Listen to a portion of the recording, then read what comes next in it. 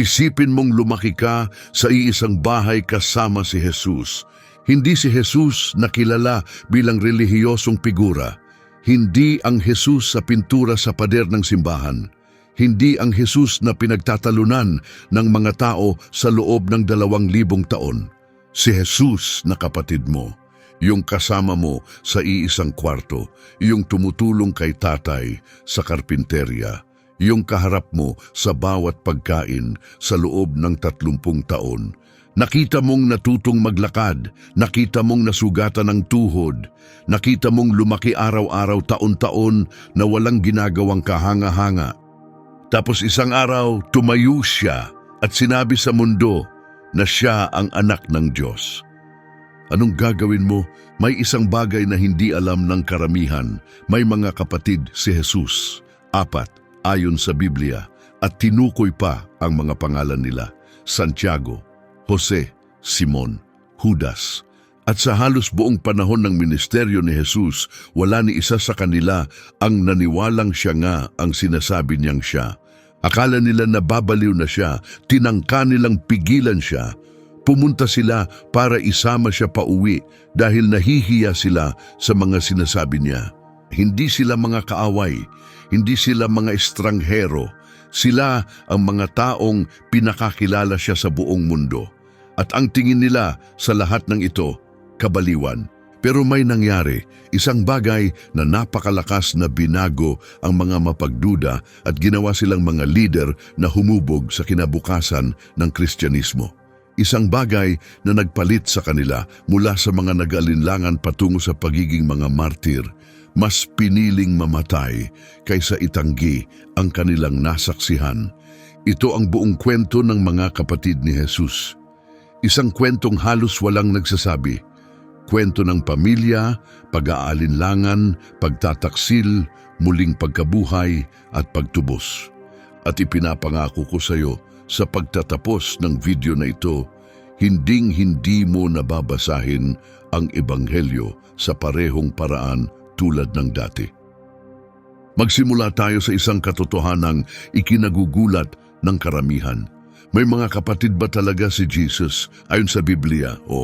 At hindi ito nakatago o malabo. Maraming talata ang tahasang binanggit sila. Sa Ebanghelyo ni Mateo, Kabanata 13, bumalik si Jesus sa kanyang bayan sa Nazaret at nagturo sa sinagoga. Nagulat ang mga taong nakakakilala sa kanya bilang bata sa kanyang karunungan. At sinabi nila ang isang bagay na kapansin-pansin. Hindi ba ito ang anak ng karpintero? Hindi ba si Maria ang kanyang ina? At hindi ba ang mga kapatid niya ay sina Santiago, Jose, Simon at Judas? Hindi ba't kasama rin natin ang lahat niyang kapatid na babae? 4 na kapatid na lalaki tahasang binanggit at maraming kapatid na babae na hindi nabanggit ang mga pangalan. Hindi ito isang lihim, hindi ito pinagtatalunan. Alam ng mga taga-Nazaret na lumaki si Jesus sa isang bahay na maraming kapatid. Ngayon, kailangan kong linawin ang isang bagay bago tayo magpatuloy. Sa loob ng 2,000 taon, may ilang Kristiyano na nagsasabing hindi totoong magkakapatid ang tinutukoy. Itinuturo ng simbahang Katoliko na nanatiling birhen si Maria habang buhay. Kaya ang mga kapatid na ito raw ay mga pinsan o mga anak mula sa naunang asawa ni Jose. May iba namang Kristiyano na tinatanggap ang teksto sa literal nitong kahulugan. Kapag sinabing kapatid talaga. Hindi ako narito para tapusin ang debate na iyan. Ang layunin ko ay ikwento sa iyo kung ano ang sinasabi mismo ng Biblia tungkol sa mga lalaking ito, kung ano ang alam natin mula sa kasaysayan, at kung bakit isa ito sa mga pinakamatitinding kwento sa buong Bagong Tipan. Dahil anuman ang interpretasyon mo, isang bagay ang malinaw na malinaw. Lumaki ang mga lalaking ito sa iisang bahay kasama si Jesus. Kilala nila siya ng mas malalim kaysa halos sino man sa mundo. Kung may dapat man na maniwala sa kanya, sila na yon, at hindi sila naniwala, hindi agad. Pero ito ang dahilan kung bakit makapangyarihan ang kwentong ito. Sa huli, ang mga dating nagdududa ang siyang nanguna sa simbahan, sumulat ng bahagi ng Biblia at namatay bilang mga martir kaysa itanggi ang kanilang nasaksihan. Paano nangyari ang pagbabagong iyon? Yan ang susubukan nating tuklasin. Para maunawaan ng mga kapatid ni Jesus, kailangang maunawaan natin kung ano talaga ang hitsura ng kanilang pagkabata. Dahil hindi ito tulad ng iniisip ng karamihan. Ipinanganak si Jesus sa Bethlehem noong panahon ni Haring Herodes. Kaagad pagkatapos ng kanyang kapanganakan, tumakas ang pamilya patungong Ehipto upang makaligtas sa pagpapapatay ni Herodes sa mga sanggol na lalaki. Pagkamatay ni Herodes, bumalik sila at nanirahan sa Nazaret, isang maliit na nayon sa Galilea. At kapag sinabi kong maliit, talagang maliit ito. Tinatayang nasa pagitan ng 200 hanggang 400 katao lang ang populasyon ng Nazaret. Kilala ng lahat ang isa't isa. Walang lihim. Kapag nag-away kayo ng asawa mo, alam na ng buong nayon bago pa ang hapunan. Kapag may ginawang kalokohan ang anak mo, nalaman na ng lahat ng magulang bago pa lumubog ang araw. Si Jose ay isang karpintero o mas eksakto, isang manggagawang marunong sa kahoy at bato, isang kagalang-galang na hanap buhay pero hindi marangya. Ang pamilya ay kabilang sa uring manggagawa, sapat para mabuhay pero siguradong hindi mayaman. Malamang ay maliit lang ang bahay, 1 o 2 silid, lupa ang sahig. Ang mga hayop ay pinapapasok sa ibabang bahagi ng bahay tuwing gabi para sa init. Halos walang konsepto ng pribadong espasyo. Ngayon, isipin mong lumaki ka sa ganitong kapaligiran at isipin mong lumaki ka roon kasama si Jesus. Si Santiago, ang pinakamatanda sa mga nakababatang kapatid, ay buong buhay niyang pinanood si Jesus. Nakita niya si Jesus bilang sanggol na natutong maglakad. Nakipaglaro siya rito bilang bata. Nakatrabaho niya ito bilang binatilyo sa karpinterya ng kanilang ama. Sa loob ng 30 taon, nasa harap mismo siya ng lahat ng ginagawa ni Jesus. At ito ang bahaging madalas nakakalimutan ng mga tao. Sa lahat ng mga taon na yon, walang nangyaring milagro. Wala. Hindi gumawa ng himala si Jesus hanggang halos umabot siya sa 30 taong gulang. Hindi siya nagturo sa publiko. Wala siyang sinundan na disipulo. Hindi niya inangkin na siya ay kakaiba. Sa loob ng 3 dekada, si Jesus ay basta-basta lang ang panganay na anak, ang alalay ng karpintero, ang taong gumagawa ng mesa, nag-aayos ng bubong at tumutulong sa mga kapitbahay sa kanilang mga proyekto. 3 dekada ng ebidensyang nagpapakitang si Jesus ay lubos na karaniwan. 3 dekadang pinapanood siyang kumain ng almusal. 3 dekadang pinapanood siyang mapagod sa trabaho. 3 dekadang walang kahit anong senyalis na siya ay higit pa sa isang normal na tao. At pagkatapos, isang araw, nagbago ang lahat.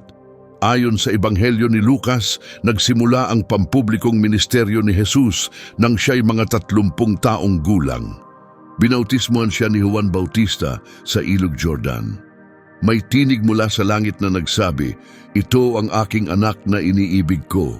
Nagpalipas siya ng 40 araw sa ilang na tinutukso ng dyablo. At pagbalik niya sa Galilea, nagsimula na siyang magturo. Agad at malakas ang naging tugon. Nagtipon ng mga tao saan man siya magpunta.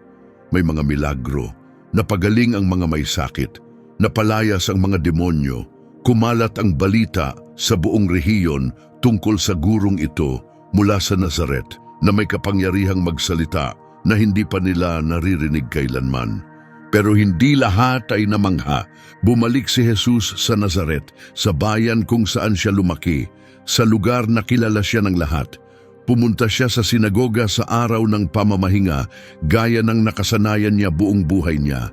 Tumayo siya at binasa ang kasulatan ni Isaias.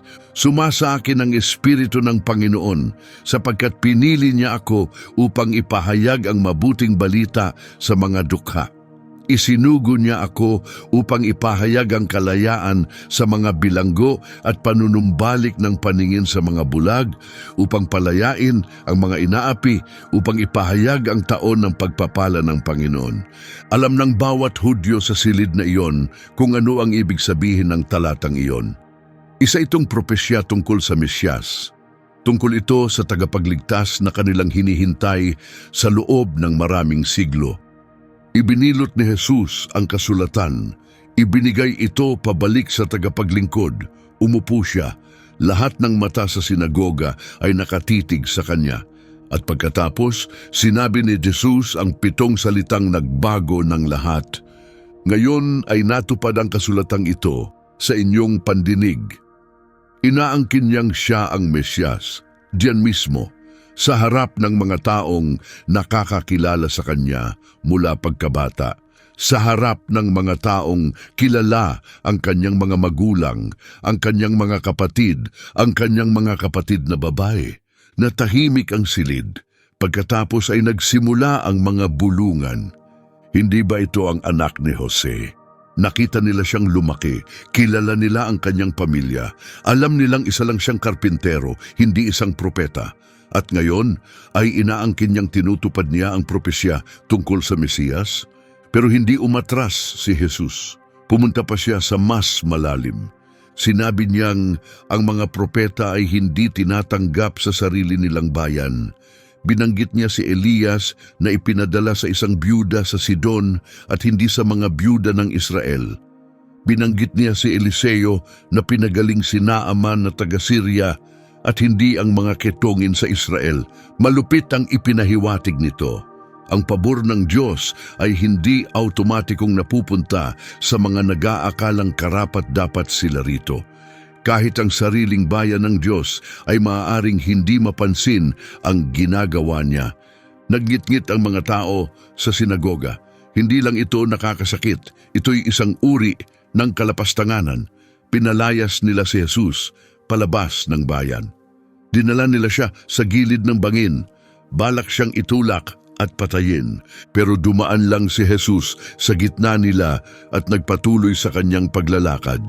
Ngayon, isipin mong ikaw ang kanyang kapatid. Isipin mong pinapanood mong mangyari ito. Ang kuya mo, yung kilala mo mula pagkabata, biglang nagpahayag na siya ang Mesyas sa harap ng buong bayan. At ngayon, buong bayan ang gustong patayin siya. Anong gagawin mo sa ganun? Anong masasabi mo pag uwi ninyong gabing iyon? Ibinibigay ng Ebanghelyo ni Juan ang isang sulyap sa kung ano talaga ang iniisip ng mga kapatid ni Jesus. At hindi ito maganda. Kabanata 7, papalapit na ang kapistahan ng mga tolda. Isa ito sa mga pangunahing pista ng mga Hudyo kung saan dumadayo ang mga tao mula sa buong Israel patungong Jerusalem. Lumapit ang mga kapatid ni Jesus at nagbigay ng mungkahi. Umalis ka sa Galilea at pumunta sa Judea para makita ng mga tagasunod mo roon ang mga ginagawa mo. Walang taong gustong maging tanyag ang gumagawa ng palihim. Kung ginagawa mo ang mga ito, ipakita mo sa buong mundo.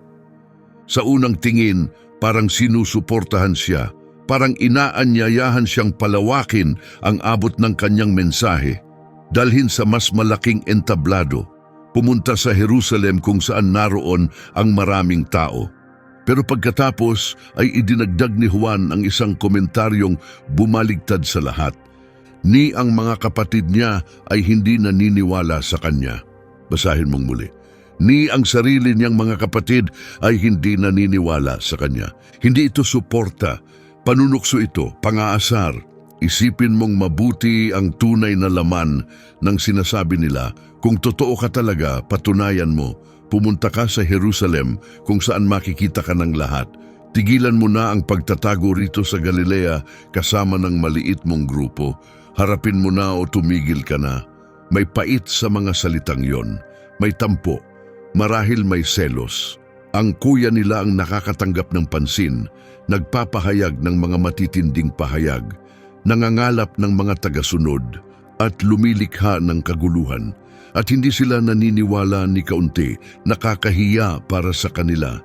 Iniisip nilang nababaliw na siya at gusto nilang pilitin siyang patunayan ang sarili o mahuling isa lang pala siyang mapanlinlang. Nakakagulat ang tugon ni Jesus. Hindi pa oras ko. Para sa inyo, kahit anong oras ay pwede. Hindi kayo kayang kamuhian ng mundo, pero ako'y kinamumuhian nito dahil sinasabi ko ang masasama nitong gawa. Kayo na ang pumunta sa kapistahan. Ako'y hindi pupunta riyan ngayon dahil hindi pa lubusang dumarating ang oras ko. Tumanggi siyang makisali sa laro nila. Hindi siya magpapakitang gilas dahil lang sa hamon ng kanyang mga kapatid. Ang takdang oras niya ay hindi itinakda ng pamilyang pinipilit siya o ng inaasahan ng publiko. Nagpunta sa Jerusalem ang mga kapatid niya nang wala siya. At pagkatapos, pumunta rin si Jesus, pero tahimik, ayon sa kanyang sariling paraan, hindi hayagan. Ipinapakita ng palitang ito ang isang mahalagang bahagi ng dinamika sa pamilya. Mismong mga kapatid ni Jesus ang nagsabi, "Hindi kami naniniwala sa iyo, patunayan mo." At tumanggi si Jesus. Ang tensyon, ang hindi pagkakaunawaan, ang banggaan ng magkakapatid. Totoo ito at malapit na itong lumalapa. Sa Ebanghelyo ni Marcos, Kabanata 3, makikita ang isa sa pinakamahapding sandali sa buong ministeryo ni Jesus. Nasa loob ng isang bahay si Jesus nagtuturo. Napakalaki ng mga tao at napakagulo na ni hindi na sila makakain ng maayos. Kumakalat ang balita, lumalawak ang kilusan, dumarating ang mga tao mula sa iba't ibang lugar upang marinig ang guro mula sa Nazaret. At pagkatapos ay lilitaw ang talatang ito. Nang mabalitaan ito ng kanyang pamilya, sila'y nagpunta upang siya'y pigilan sapagkat sinasabi nila nasisiraan na siya ng bait. Kailangan mong maunawaan ang ibig sabihin nito. Narinig ng pamilya niya ang mga ginagawa ni Jesus at ang konklusyon nila, hindi ito pagyayabang, hindi ito suporta, hindi ito kasabikang sumikat ang anak at kapatid nila. Ang naging konklusyon nila, nasisiraan na siya ng bait. Pumunta sila upang dakpin siya. Sa ibang salin, sinabing kunin siya o dalhin siya palayo. Isa itong intervention. Ang pamilya ay nagsasagawa ng intervention upang pauwiin si Jesus. Para tapusin na ang kabaliwang ito bago pa ito lumala, bago pa siya mapahiya ng husto, bago pa siya mapahamak. Isipin mo kung sino ang gumawa ng desisyong ito, kasama si Maria sa grupong ito. Kasama rin ang mga kapatid. Ang mga taong pinakamalapit kay Jesus ay tiningnan ang ginagawa niya at nagpasya. Nawawala na siya sa katinuan. Ano ang narinig nila para magdesisyon ng ganoon? Sa puntong ito, tinawag na ni Jesus ang 12 disipulo upang sumunod sa kanya. Nakapagpalayas na siya ng mga demonyo. Nakapagpagaling na siya ng mga may sakit. Hinarap na niya ang mga pinuno ng relihiyon. Saan man siya magpunta, dinudumog siya ng mga tao. At ang reaksyon ng kanyang pamilya ay hindi, "Grabe, baka totoo nga siya." Ang sagot nila, "Kailangan natin siyang pigilan bago pa ito tuluyang mawalan ng kontrol." Nagpatuloy ang eksena at lalo pa itong tumindi. Dumating ang mga tagapagturo ng kautusan mula sa Jerusalem, mga eksperto sa relihiyon, mga autoridad, at inakusahan nila si Jesus ng isang mabigat na paratang. Siya ay inaalihan ni Beelzebul. Sa pamamagitan ng pinuno ng mga demonyo, nagpapalayas siya ng mga demonyo. Ngayon, may 2 grupo na may magkaibang paliwanag sa ginagawa ni Jesus. Sabi ng mga pinuno ng relihiyon, sinasapian siya ng demonyo. Sabi ng sariling pamilya niya, nawawala siya sa katinuan. Wala ni isa sa kanila ang naniniwala na siya nga ang sinasabi niyang siya. Sumagot si Jesus sa mga pinuno ng relihiyon. Itinuro niya ang kabalintunaan ng kanilang paratang.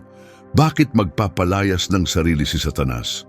Ang isang bahay na hati laban sa sarili nito ay hindi magtatagal. At pagkatapos, dumating ang isa sa pinakamalulungkot na sandali sa 4 na ebanghelyo. Dumating ang ina at mga kapatid ni Jesus. Nasa labas sila at nagpadala ng tao upang tawagin siya. Hindi sila pumasok, nakatayo lang sila sa labas at nagpasabi, "Isipin mo iyon, bakit hindi sila pumasok? Nahihiya ba silang makitang kasama siya sa publiko? Umaasa ba silang tahimik na mailalayo siya nang hindi gumagawa ng eksena? Natatakot ba sila sa sasabihin ng tao kapag nakita silang kasama niya? Anuman ang dahilan, nanatili sila sa labas. Nagpadala sila ng mensahero. Sinabi ng mga tao kay Jesus, ang ina mo at mga kapatid mo ay nasa labas at hinahanap ka." At sumagot si Jesus ng mga salitang tila kutsilyong tumusok sa dibdib. "Sino ang ina ko at ang mga kapatid ko?" Tumingin siya sa mga nakaupo sa paligid niya, ang mga taong dumating para makinig sa kanya, ang mga nagsisimula ng maniwala sa kanya. At sinabi niya, "Narito ang ina ko at ang mga kapatid ko. Ang sino mang gumaganap ng kalooban ng Diyos, siya ang aking kapatid na lalaki, kapatid na babae at ina." Muling binigyang kahulugan ni Jesus ang salitang pamilya doon mismo, sa harap ng lahat, hindi ayon sa dugo kundi ayon sa pananampalataya. Ang kanyang tunay na pamilya ay nasa labas. Iniisip na nababaliw siya, sinusubukang pauwiin siya. At si Jesus tumingin sa mga dayuhang naniniwala sa kanya at nagsabing, "Ito ang tunay kong pamilya." Isipin mong isa ka kina Santiago, Judas, Simon o Jose, nakatayo sa labas ng bahay at naririnig mo ang mga salitang iyon sa gitna ng ingay ng tao. Ang kapatid mong si Jesus ay hayagang itinakwil kayo.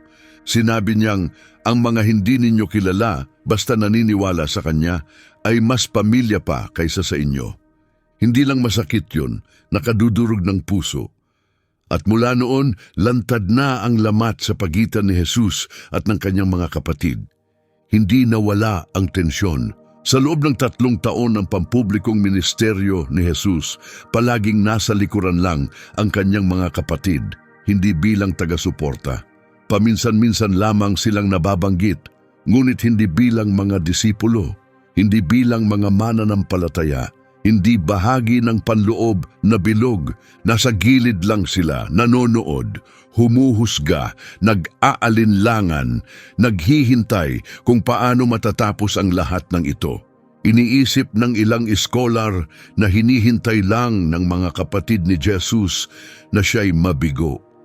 Hinihintay nilang talikuran siya ng mga tao. Hinihintay nilang matauhan siya at bumalik sa bahay, amining nagkamali siya. Kung iyon nga ang hinihintay nila, ang dumating ay kabaligtaran. Jerusalem, linggo ng Paskua, ang pinakamataong pinakamainit na linggo sa politika sa buong taon. Pumasok si Jesus sa lungsod na nakasakay sa asno habang ang mga tao'y kumakaway ng mga palaspas at sumisigaw ng Hosana sa anak ni David, isang sinadyang pagtupad sa propesiya tungkol sa Mesyas.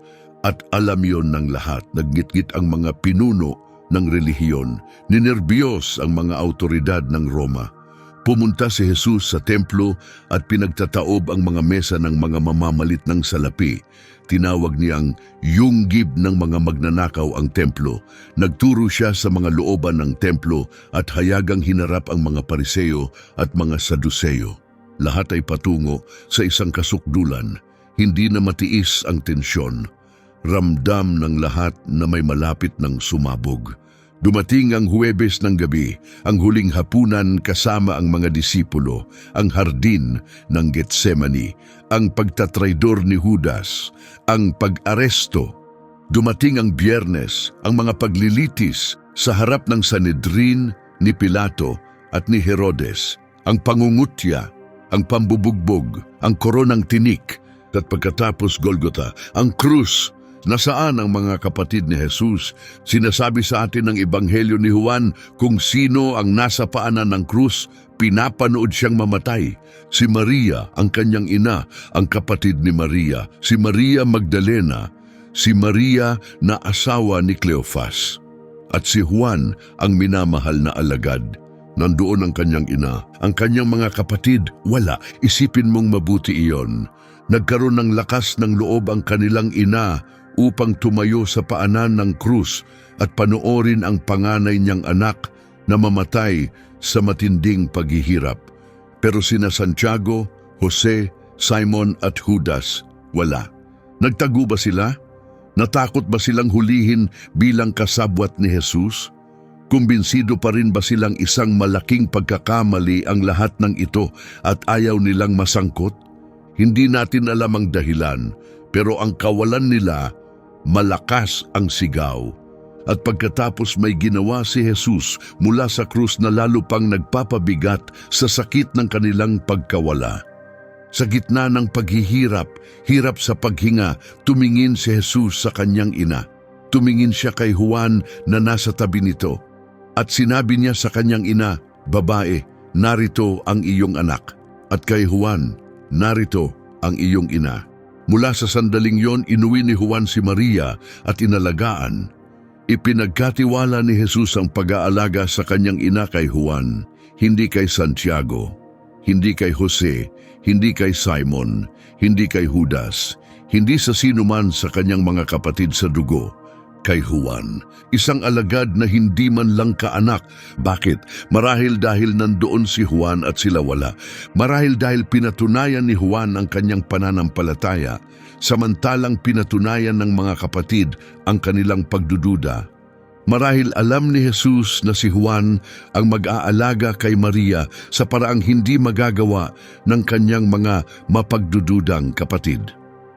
Anuman ang dahilan, nilaktawan ni Jesus ang sarili niyang mga kapatid at ipinagkatiwala ang kanyang ina sa iba.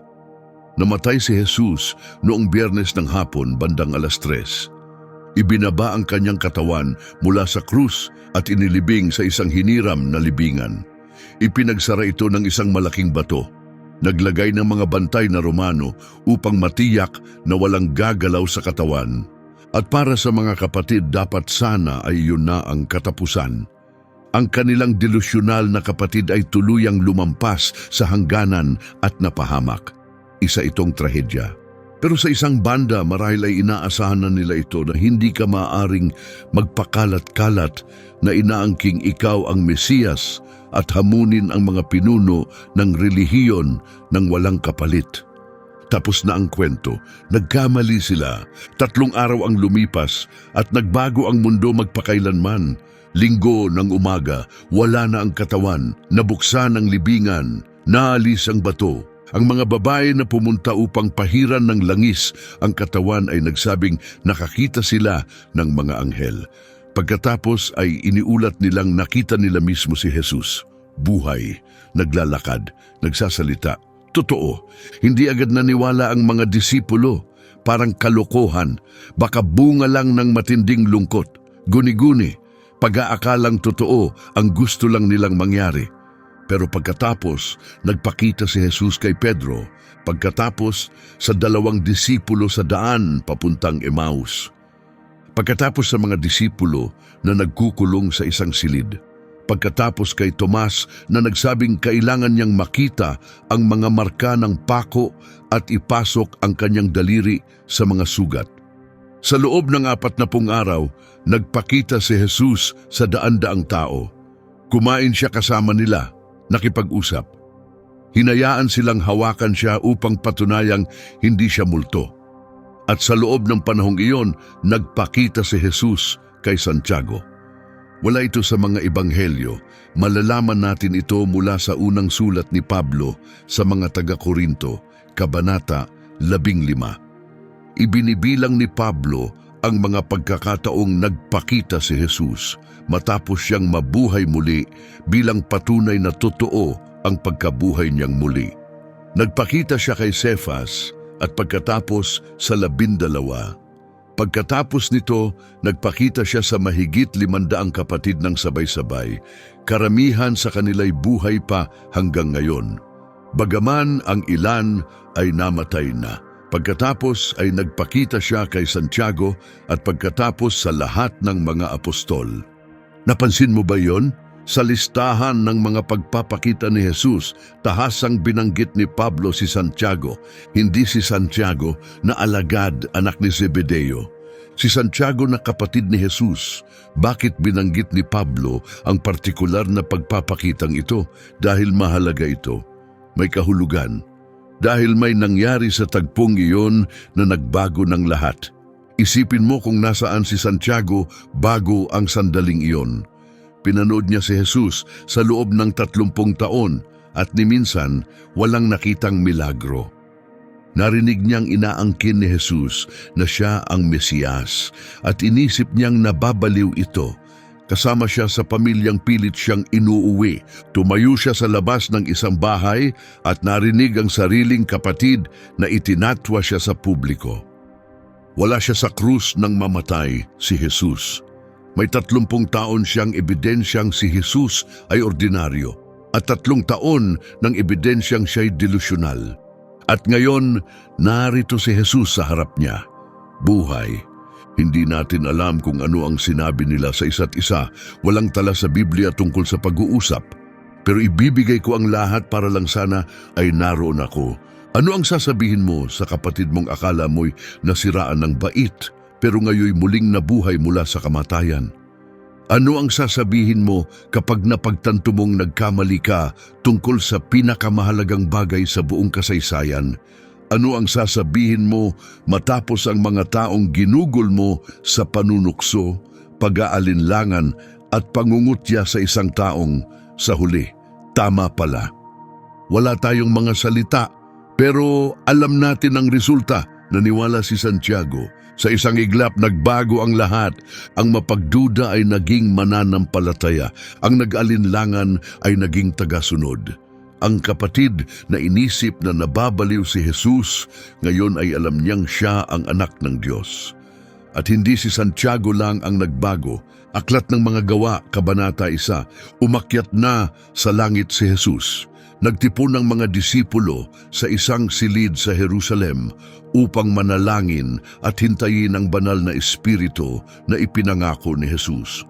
Ibinigay ni Lucas ang listahan ng mga naroon, ang 11 natitirang apostol, ilang babae kabilang si Maria ang ina ni Jesus. At pagkatapos ay ang katagang ito, kasama ang kanyang mga kapatid.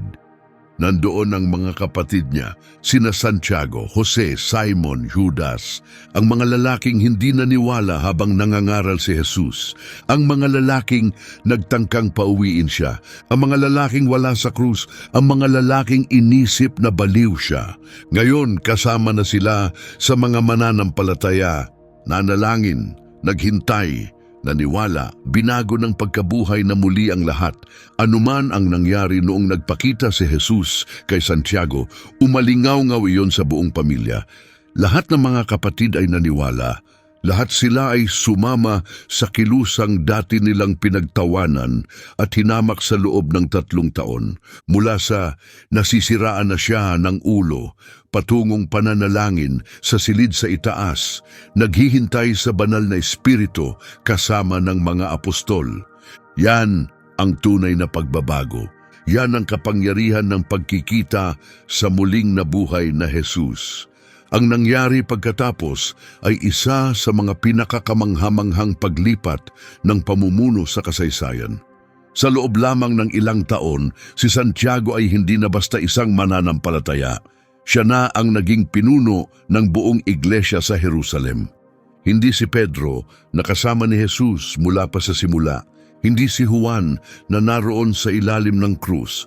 Si Santiago, ang kapatid na dati hindi naniniwala.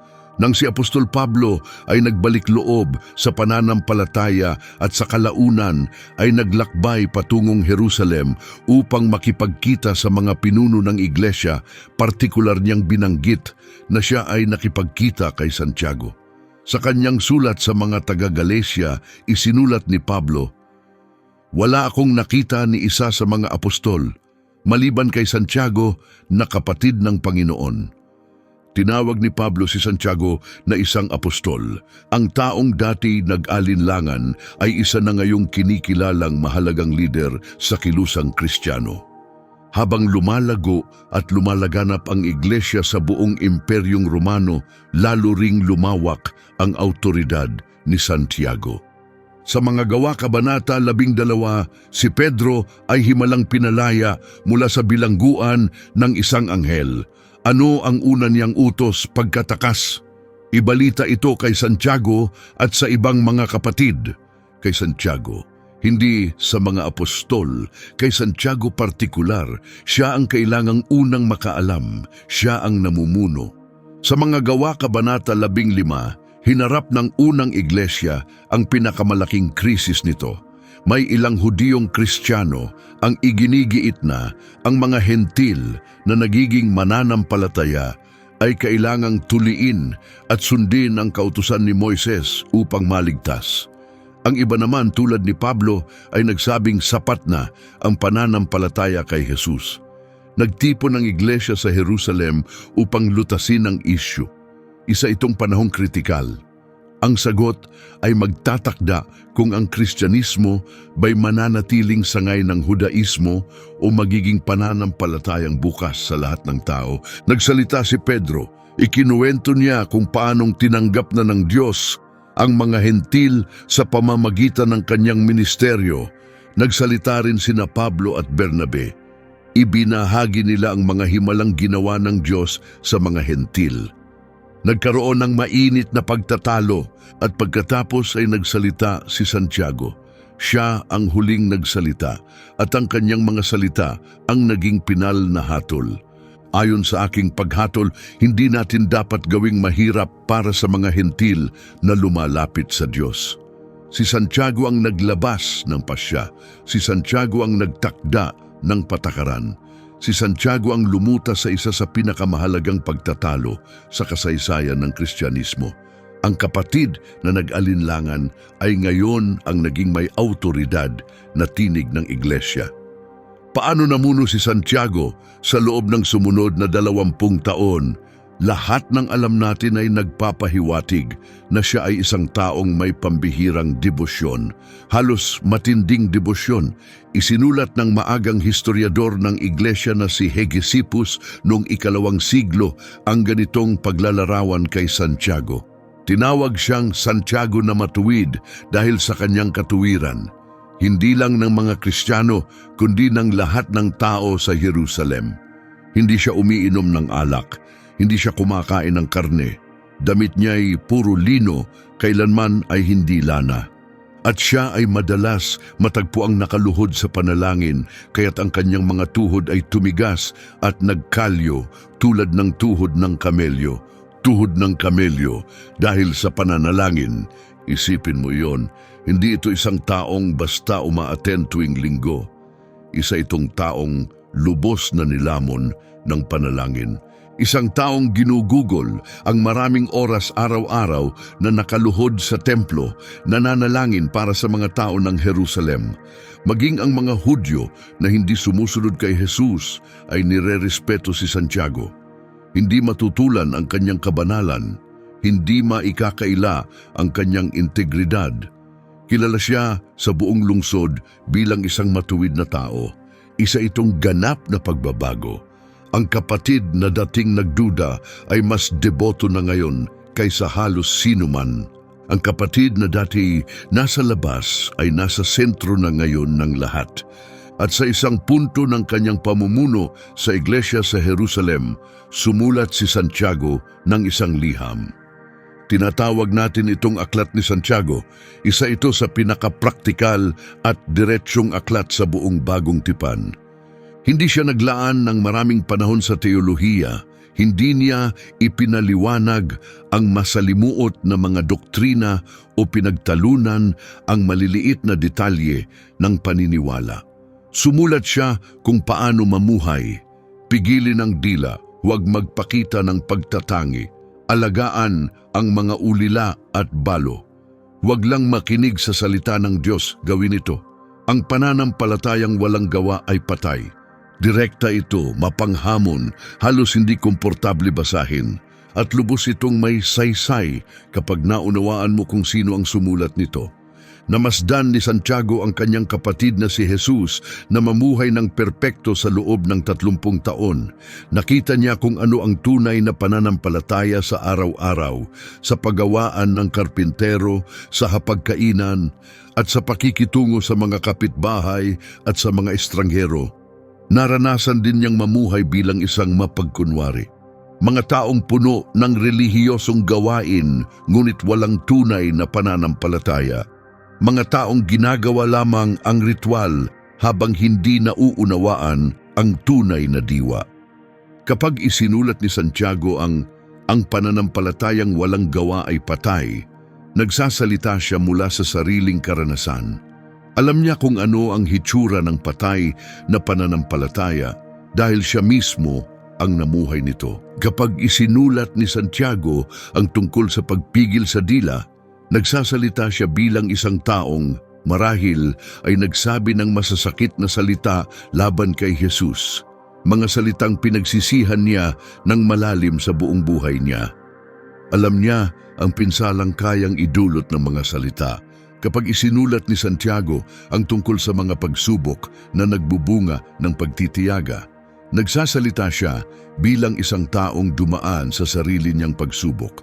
Mga taon ng pagdududa, mga taon ng pagtutol. At pagkatapos, ang masakit at mapagpakumbabang pagkaunawa na siya ay lubos na nagkamali tungkol sa pinakamahalagang tao sa kasaysayan. Ang sulat ni Santiago ay patotoo ng isang taong natutunan ang pinakamahihirap na aral sa pinakamahirap na paraan. Pinamunuan ni Santiago ang iglesia sa Jerusalem nang humigit kumulang 20 taon. Sa panahong iyon, mabilis na lumaganap ang Kristyanismo sa buong Imperyong Romano. Nagtatag si Pablo ng mga iglesia sa buong Asia Minor at Greece. Umabot ang Ebanghelyo hanggang Roma mismo. Ang nagsimula bilang maliit na grupo ng mga alagad sa Jerusalem ay naging isang kilusan na sa kalaunan ay magbabago sa mundo. Ngunit nanatili si Santiago sa Jerusalem, nanatili siya sa sentro, pinamunuan ng inang iglesia, nanalangin para sa mga tao at itinuro ang daan ni Jesus. Iginagalang siya ng lahat, maging ang mga autoridad ng mga Hudyo na tutol sa Kristyanismo ay hindi maikaila ang kanyang personal na katuwiran. At pagkatapos bandang taong 62 AD, bigla itong nagwakas. Ang Romanong gobernador ng Judea na si Festus ay namatay ng hindi inaasahan. Ang kanyang kapalit na si Albinus ay patungo pa lamang sa rehiyon at hindi pa dumarating. Sa maikling panahong iyon, walang Romanong autoridad sa Judea. Ang mataas na saserdote noong panahong iyon ay isang lalaking nagngangalang Ananus. Siya ay bata, ambisyoso, malupit at lantad na kaaway ng lumalaking kilusang Kristiyano. At nakita niya ang isang pagkakataon. Dahil walang Romanong gobernador na pipigil sa kanya, tinipon ni Ananus ang Sanhedrin at nagsampa ng mga paratang laban kay Santiago. Isinulat ng sinaunang historiador na si Josephus na hindi Kristiyano at walang dahilan upang mag-imbento ng kwento ang nangyari. Tinipon ni Ananus ang Sanhedrin ng mga hukom at iniharap sa kanila ang kapatid ni Jesus na tinatawag na Kristo na ang pangalan ay Santiago, kasama ang ilan pa. At nang mabuo niya ang paratang laban sa kanila bilang mga lumalabag sa kautusan, ipinag-utos niyang sila ay batuhin hanggang mamatay. Pinatay si Santiago, binato hanggang mamatay dahil sa kanyang pananampalataya sa sariling kapatid. Ngunit may iba pang sinaunang mga sanggunian na nagdaragdag ng detalye sa kwento. At ang mga detalyeng ito ay nakagugulat. Ayon kay Hegesippus, lumapit ang mga eskriba at pariseo kay Santiago na may isang kahilingan. Lumalakas ang kilusang Kristiyano. Masyado ng maraming tao ang naniniwala kay Jesus. Kailangan nila ng isang taong may kredibilidad upang pahupain ang sitwasyon. Hiniling nila kay Santiago na tumayo sa tuktok ng templo sa panahon ng Paskwa, kung kailan ang Jerusalem ay puno ng daan-daang libong mga peregrino mula sa iba't ibang panig ng mundo, at hayagang ipahayag na si Jesus ay hindi ang Mesyas. Inakala nilang makikipagtulungan si Santiago.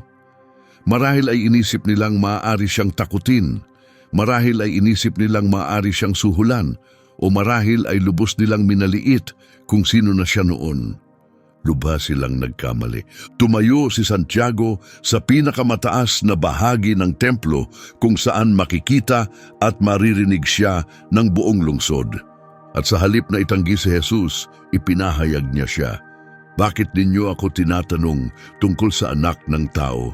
Siya ay nakaupo sa langit sa kanang kamay ng dakilang kapangyarihan, at siya'y darating na sakay ng mga ulap ng langit. Nagsimulang sumigaw ang mga peregrino sa ibaba, "Hosana sa anak ni David." Napagtanto ng mga lider ng relihiyon na sila ay nakagawa ng napakalaking pagkakamali. Sa halip na patahimikin ang kilusang Kristiyano, binigyan nila ito ng megapon. Sa halip na ilayo ang mga tao kay Jesus, nakalikha sila ng isang hayagang pagpapahayag ng pananampalataya. Nagalab ang kanilang galit. Itinapon nila si Santiago mula sa tuktok ng templo. Ang pagbagsak ay hindi bababa sa 100 talampakan. Dapat ay agad siyang namatay.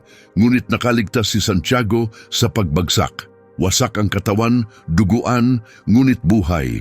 Naggawa niyang lumuhod. At habang kumukuha sila ng mga bato upang tapusin siya, nanalangin si Santiago, "Ama, patawarin mo sila. Hindi nila alam ang kanilang ginagawa." Ang parehong mga salitang ipinanalangin ni Jesus mula sa krus. Ang kapatid na dating nag-alinlangan ay namatay na may parehong panalangin sa kanyang mga labi, gaya ng kapatid na nagligtas sa kanya. Bumagsak ang mga bato. Ayon sa isang ulat, isang tagapagproseso ng tela ang kumuha ng mabigat na pamalo at hinampas sa ulo si Santiago na siyang tumapos sa kanyang buhay.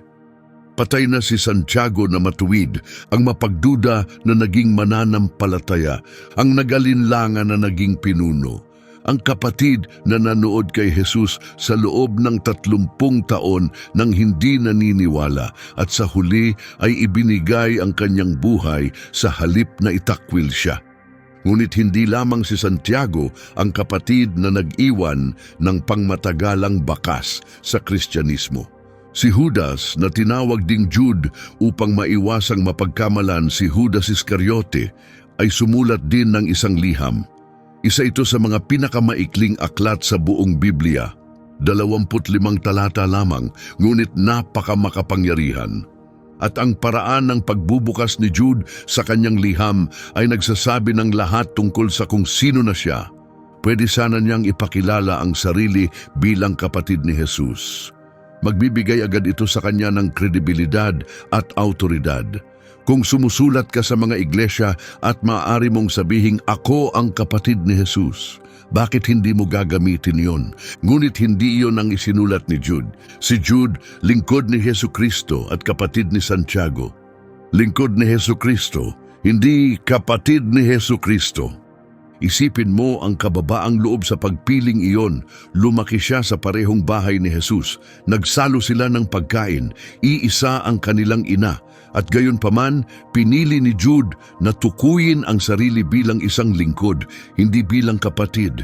Marahil ay naramdaman ni Jude na nawala na sa kanya ang karapatang igiit ang ugnayang iyon dahil sa kanyang mga taon ng hindi paniniwala. Marahil ay ikinahiya niya kung gaano katagal bago niya nakita ang katotohanan. Marahil ay naunawaan niyang ang pagiging kapatid sa dugo ay walang saysay kung hindi katapat na lingkod. Anuman ang dahilan, pinili niyang gamitin ng mas mababang titulo. At ang pagpiling iyon ay nagpapakita ng isang taong lubos ng pinakumbaba.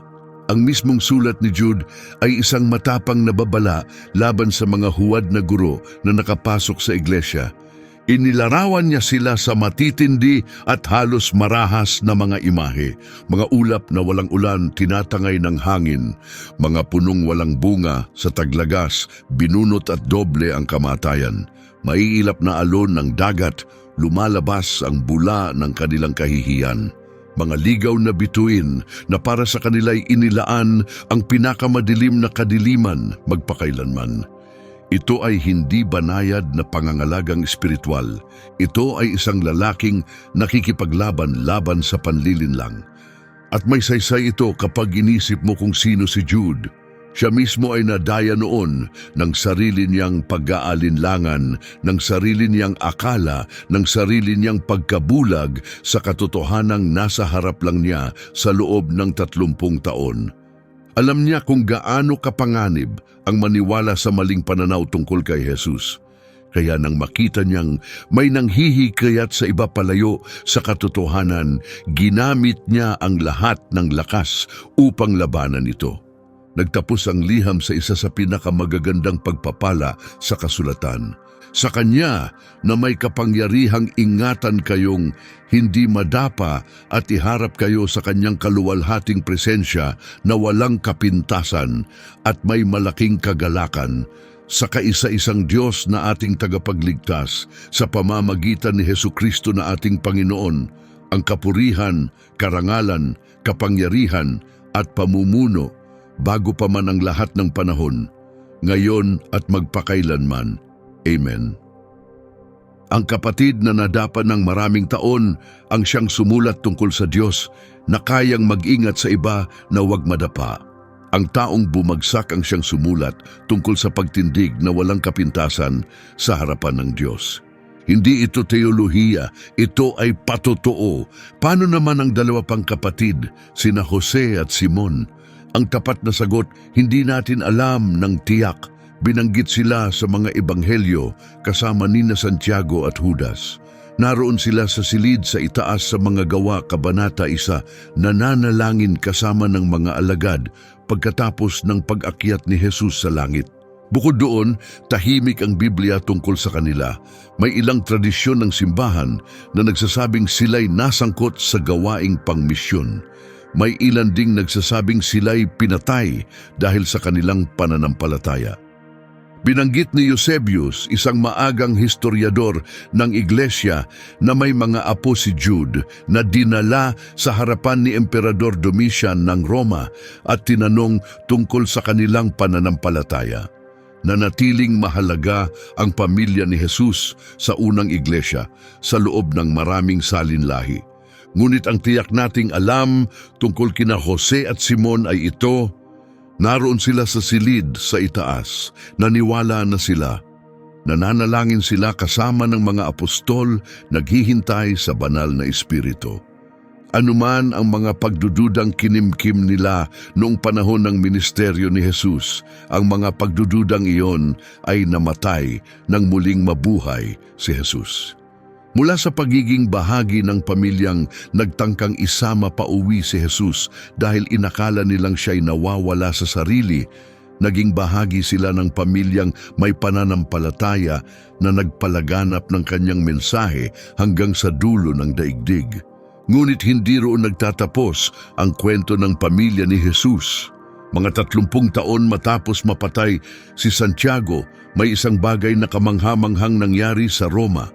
Ang emperador noon ay si Domitiano. Siya'y paranoid, malupit at obsesyonado sa pag-aalis ng anumang banta sa kanyang kapangyarihan. At may mga tsismis siyang narinig na ikinabahala niya. May mga inapo pa raw ni Haring David na buhay, mga taong may karapatang humalili sa trono, mga taong sumusunod sa isang hari na ang pangalan ay Jesus. Itinuring ito ni Domitiano bilang banta sa politika. Iniutos niya ang paghahanap sa sinumang natitirang miyembro ng pamilya ni Jesus. Natagpuan nila ang 2 lalaki, mga apo ni Judas, ang kapatid ni Jesus, ang sumulat ng maikling ngunit matinding liham na napag-usapan natin kanina. Inaresto ang dalawang lalaking ito at dinala sa harap mismo ng emperador. Isipin mo ang tagpong ito. Ang pinakamakapangyarihang tao sa mundo, nakaupo sa trono sa Roma, napapalibutan ng mga bantay at tagapayo. At sa kanyang harapan, dalawang lalaki na pamangkin ni Jesus ng Nazareth. Tiningnan sila ni Domiciano at tinanong tungkol sa kanilang lahi. Kinumpirma nila ito. Oo, sila'y mga inapo ni David. Oo, may kaugnayan sila kay Jesus. Pagkatapos ay tinanong ni Domiciano kung ano ang kanilang pag-aari. Gusto niyang malaman kung sila'y mayaman, kung may kakayahan silang punduhan ang isang paghihimagsik. Ipinakita ng dalawang lalaki ang kanilang mga kamay, kalyo-kalyo, magaspang, basag-basag dahil sa mga taon ng mabigat na trabaho. Ipinaliwanag nila na nagmamay-ari lamang sila ng isang maliit na lupain, mga 39 na ektarya. Sila mismo ang nagsasaka nito upang makabayad ng buwis at mapakain ang kanilang pamilya. Iyon lang, walang yaman, walang hukbo, walang ambisyong pampolitika. Tinanong ni Domiciano ang tungkol sa kaharian na kanilang pinaniniwalaan, ang kaharian ni Jesus. At ito ang sinabi nila sa emperador ng Roma, ang kaharian ni Kristo ay hindi sa mundong ito. Hindi ito kahariang pampolitika, hindi ito banta sa militar.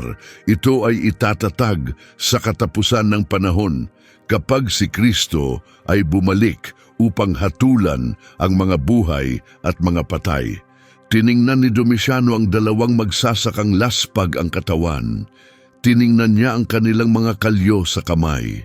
Pinakinggan niya ang tungkol sa isang espiritual na kaharian at sa darating na paghuhukom, at pinalaya niya sila, pinawalang bahala niya sila na may paghamak, hindi sila banta, mga karaniwang tao lamang na may kakaibang paniniwala. Ngunit ito ang hindi naunawaan ni Domiciano. Ang dalawang magsasakang iyon ay bumalik sa kanilang mga tahanan at nagpatuloy sa pamumuno ng mga lokal na iglesia. Ayon sa historiador na si Eusebius, sila ay naging iginagalang na mga pinuno ng pamayanang Kristiyano hanggang sa huling bahagi ng kanilang buhay. Dinala ng emperador ng Roma ang pamilya ni Jesus sa pag-aakalang makakahuli siya ng mga rebelde at revolusyonaryo. Ang natagpuan niya ay mga magsasaka na nagsasalita tungkol sa kapatawaran at sa darating na paghuhukom. At iyon sa isang paraan ay perpektong pagtatapos ng kwento ng mga kapatid ni Jesus. 3 henerasyon ang lumipas, tapat pa rin ang pamilya, patuloy pa ring sumusunod, patuloy pa ring namumuno. Si Santiago ay namatay sa hagdanan ng templo. Si Judas ay sumulat ng kanyang liham at pumanaw. Ngunit ang kanilang mga inapo ay ipinagpatuloy ang pananampalataya. Ang mga kapatid na hindi naniwala ay naging pamilyang hindi mapipigilan. Ngayon, nais kong umatras sandali at ipakita sa iyo ang buong arko ng kwentong ito dahil halos hindi ka panipaniwala sa sobrang tindi. 4 na magkakapatid, minimum. Dagdag pa ang mga kapatid na babae, isang buong bahay na sabay-sabay lumaki sa Nazareth. Sa loob ng 30 taon, ordinaryo lang ang buhay. Nagtatrabaho si Jesus bilang karpintero. Kasama niya sa trabaho ang kanyang mga kapatid. Wala ni isang palatandaan na may anuman silang ginagampanang kakaiba. Isang normal na pamilyang Hudyo na kabilang sa uring manggagawa. Pagkatapos, pagtuntong ni Jesus sa edad na 30, lahat ay biglang nagbago. Ipinahayag niyang siya ang Mesiyas. Gumawa siya ng mga himala. Nangalap siya ng mga tagasunod. Hinarap niya ang mga lider ng relihiyon. Hindi naniwala ang kanyang mga kapatid. Inakala nilang nababaliw siya. Sinubukan nilang isama siya pauwi. Hinamon nila siyang patunayan ang sarili niya. Kinutya nila siya. Binago ni Jesus ang kahulugan ng pamilya. Sino mang gumagawa ng kalooban ng Diyos ang kanyang kapatid na lalaki, kapatid na babae, at ina. Ang mga kapatid niya sa dugo ay nasa labas, hindi kasama. Sa loob ng 3 taon, nanatili ang mga kapatid sa gilid, nanonood, nagdududa, naghihintay na matapos na ito, at nagtapos ito sa krus. Inaresto si Jesus, pinahirapan at ipinako sa krus. Wala ang kanyang mga kapatid, parang napatunayan ang kanilang pag-aalinlangan. Sa wakas, lumampas na sa hangganan ang kanilang kapatid na tila nababaliw. At pagkatapos, makalipas ang 3 araw, muling nabuhay si Jesus mula sa mga patay. Nagpakita siya sa daan-daang tao sa loob ng 40 araw. Nagpakita siya partikular kay Santiago. Nagbago ang lahat. Ang mga kapatid na hindi naniwala ay naging mananampalataya. Naroon sila sa silid sa itaas sa Pentecostes. Tinanggap nila ang banal na espiritu kasama ng lahat ng iba. Si Santiago ay umangat upang maging pinuno ng iglesia sa Jerusalem. Hindi si Pedro, hindi si Juan, kundi si Santiago. Namuno siya sa loob ng 20 taon. Sumulat siya ng isang liham na naging bahagi ng bagong tipan. Namatay siyang martir, nananalangin para sa kanyang mga pumatay gamit ang parehong mga salitang ipinanalangin ni Jesus sa krus. Sumulat si Judas ng isang liham. Naging bahagi rin ito ng bagong tipan. Ang mga kapatid na pinakanakakakilala kay Jesus, ngunit pinakahuling naniwala sa kanya ang naging mga haligi ng pananampalataya. Bakit mahalaga ang kwentong ito? Bakit ako gumugol ng 40 minuto upang ikwento ito sa iyo? Dahil winawasak nito ang bawat palusot para hindi maniwala. Isipin mo ang kalagayan ng mga kapatid. Lahat ng dahilan ay nasa kanila upang tanggihan si Jesus. Kilalang kilala nila siya. Nakita nila siyang lumaki. Nakita nila siyang maging isang ordinaryong tao sa loob ng 30 taon. Ang pagiging pamilyar ay naging dahilan ng paghamak. Ngunit ang pagiging pamilyar nila ay hindi naging hadlang sa pananampalataya. Nang sa wakas ay makaharap nila ang nabuhay na muling si Jesus, sila ay naniwala. At ang kanilang huling paniniwala ay hindi naging hadlang sa pamumuno. Naging pinuno ng iglesia si Santiago, nagsulat ng kasulatan si Judas. Kung ikaw ay nagduda ng maraming taon, hindi ka diskwalipikado. Kung kinutya mo ang mga mananampalataya, hindi ka diskwalipikado. Kung ikaw ay nanatili sa labas, habang ang lahat ng iba ay tila may tunay na karanasan, hindi ka diskwalipikado. Pinatunayan ng mga kapatid ni Jesus na hinding-hindi pa huli ang lahat. Ngunit narito ang talagang tumimo sa akin tungkol sa kwentong ito. Hindi naniwala si Santiago dahil sa mga argumento. Hindi siya nahikayat ng mga himala na narinig lamang niya sa ikalawang kamay. Hindi siya naantig ng dami ng tao o ng kasabikan ng kilusan. Siya ay nabago dahil sa isang personal na pagtatagpo sa nabuhay na muling si Jesus. Kailangan niyang makita ito mismo. Kailangan niyang tumayo sa harap ng kanyang kapatid na buhay matapos mamatay at maunawaan na lahat ng kanyang pinaniwalaan sa loob ng 30 taon ay mali. Binago ng pagtatagpong iyon ang lahat at sa palagay ko iyon ang punto. Maaari kang lumaki sa simbahan. Maaari mong kabisaduhin ang lahat ng kwento sa Biblia. Maaari kang maging pamilyar sa lahat ng relihiyosong konsepto at mga terminolohiya. Ngunit ang pagiging pamilyar ay hindi pananampalataya. Mas pamilyar ang mga kapatid kay Jesus kaysa sa sino man sa atin. Magkakasama silang nakatira, magkasalo sila sa pagkain, magkakatrabaho sila, at hindi pa rin sapat iyon, hindi pa rin sila naniwala. Ang pananampalataya ay hindi kaalaman. Ang pananampalataya ay hindi pagiging pamilyar. Ang pananampalataya ay hindi relihiyosong aktibidad. Ang pananampalataya ay pagtatagpo. Ang pananampalataya ay pagharap sa katotohanan at pagsasabing, ikaw ang Panginoon.